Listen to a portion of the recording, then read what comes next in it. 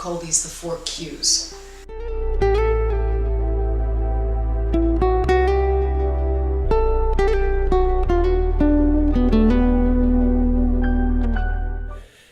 Welcome to this interview with Dr. Nandani Lynton, a professor at China-Europe International Business School. I'm Jim Bolt, the co-founder of Fred Inc., a nonprofit that's dedicated to elevating leadership in the world. Our vision is leaders who excel not only in traditional business terms, but also contribute to the betterment of society. Fred is guided by an exceptional council of senior advisors. I'm delighted that Nandani is a member of that council. Nandani is a professor at CEIBS, as I mentioned before, where she leads executive programs for industry and government. Her focus is how to best develop effective leadership in global organizations. Her research has been on comparative Chinese and Western leadership, and also on using diversity to improve the effectiveness of executive teams. Before that, she was at Thunderbird School of Management, where she was the VP of Corporate Learning Asia and Professor of Global Business. She also has decades of consulting experience on leadership with Global 500 companies. Welcome, Nandani. Thank you so much for being with us. The first question I wanted to ask you was, based on your experience, what do you see as the most critical capabilities that leaders need as they face what is clearly a more uncertain, complex global future? As we face a much more complex and uncertain world, I think leaders need the capabilities that really all global leaders need. And as shorthand, I call these the 4 Qs. The first is IQ, because we are talking about very complex systems, and so leaders need the mental hardware, if you will, to be able to comprehend global supply chains, to keep in mind networks, both within the company and external networks, that can become incredibly large and interwoven. They have to be able to think about how does a political development in one country perhaps affect my operations in another. This takes brain power. But it's one thing to have the IQ and to have the ideas. It's another to actually implement them. And for that you need EQ. You need that emotional intelligence that allows you to influence people, to communicate with people. Because leadership, after all, is about motivating and influencing. And so the empathy of EQ lets us feel what actually connects us. How can I build that connection? Because so many of the relationships today are with people, however, who are from different countries, different cultures.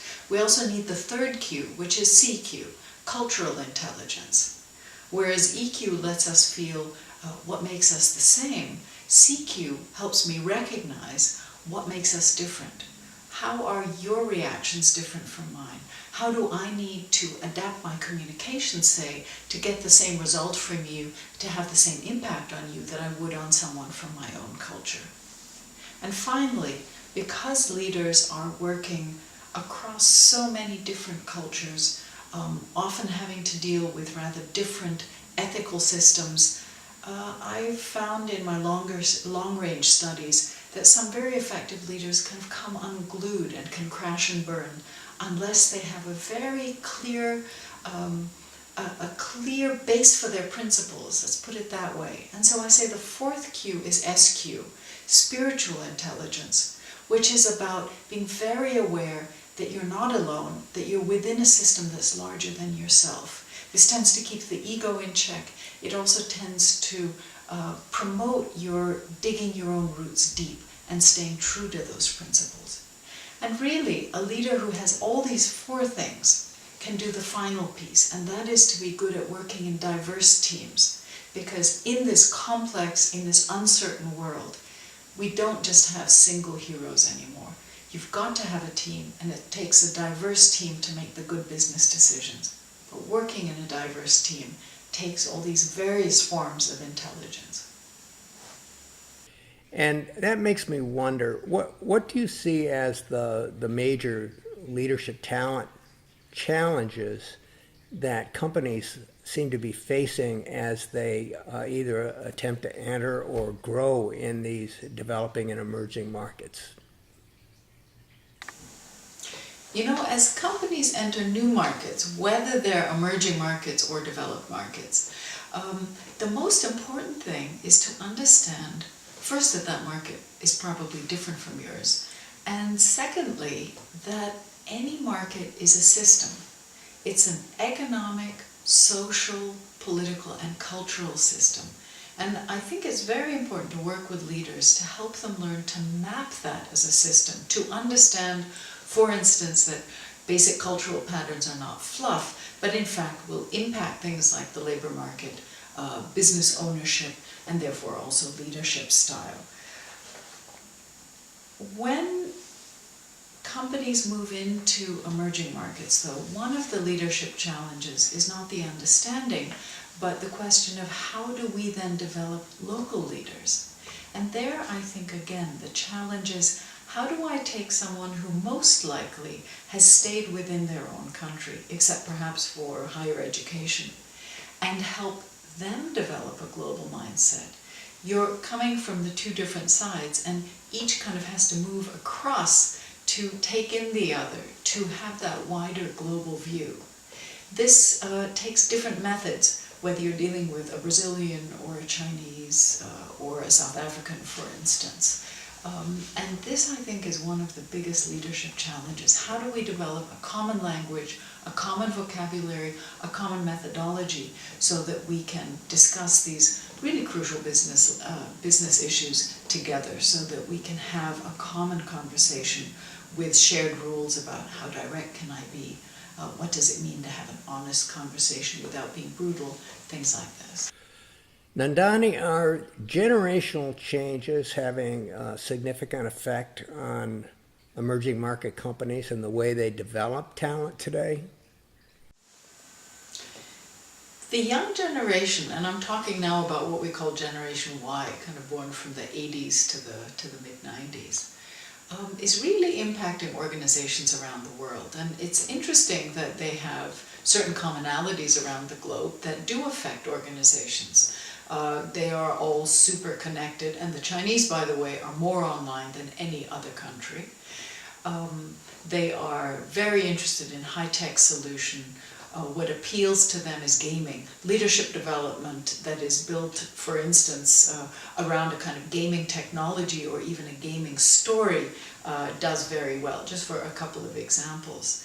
But what we find is one of the biggest differences is demographics. So in some places, like in Europe or in China or in Japan, of course, you've got to look at a very small generation coming in, and therefore you get a tough war for talent.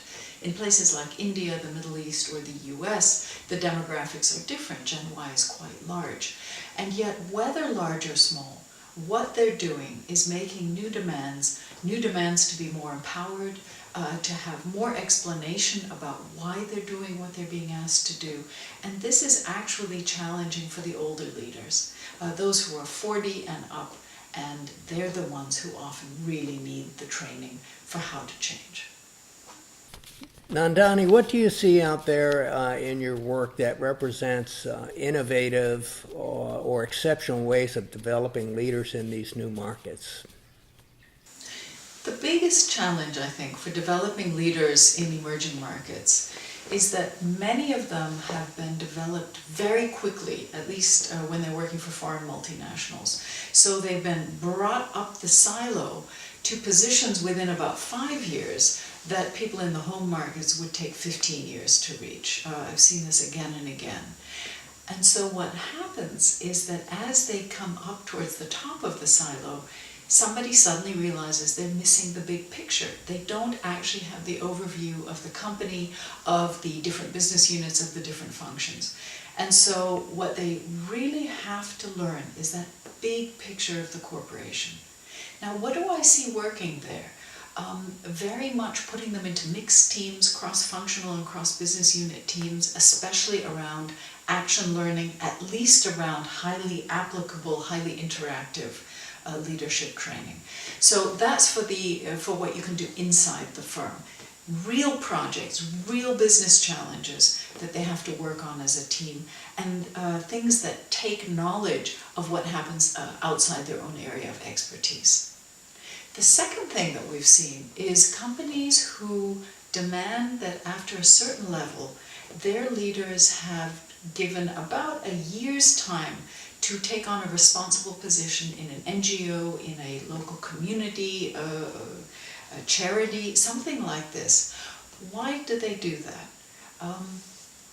Because there they learn not only to get along with very different kinds of people, but they truly learn to influence without authority.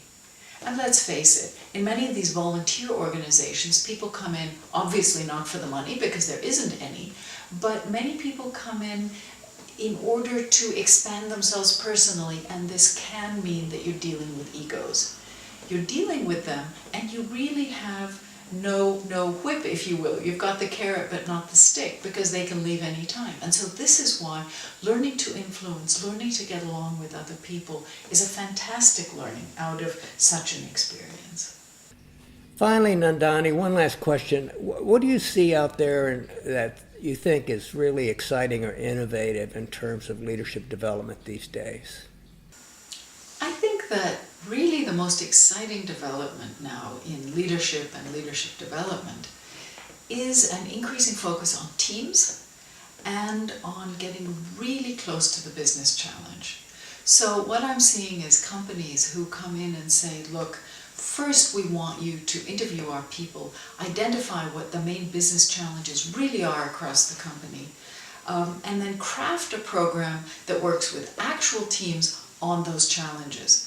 This is different from action learning, where each smaller group will choose a particular task, if you will, and project, but really looking for overarching business challenges that have clear leadership implications, that say the top 200, the top 500 are actually going to have to look at this and change their behavior. Now, how do you do that? It's hard to do that if you've just picked a group out who happens to have time on January 20th for a program, right?